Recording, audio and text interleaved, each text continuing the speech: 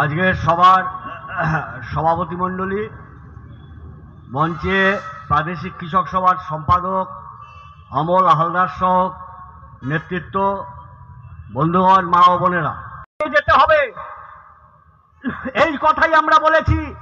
দক্ষিণ 24 পরগনায় এই কনভেনশন থেকে আমাদের শপথ নিতে হবে, আমাদের আত্মত্যাগ করতে হবে, পরিশ্রম করতে হবে। দক্ষিণ 24 পরগনায় আমরা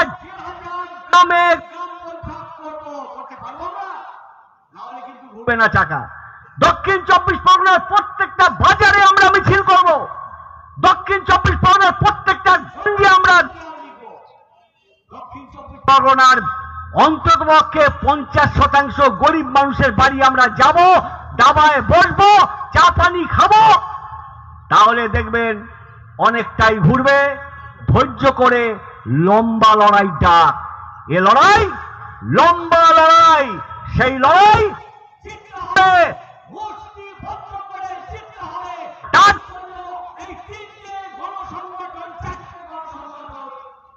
ঐতিহ্য হলো লাল ঝান্ডা নিয়ে গরিবের অধিকার রক্ষা করা, গরিবের দাবি আদায় করা।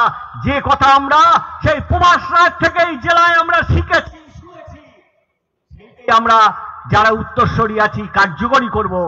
এই কথা বলে সবাইকে লাল সালাম জানিয়ে, ধন্যবাদ জানিয়ে আমার বক্তব্য শেষ করলাম। ইনকলাব জিন্দাবাদ।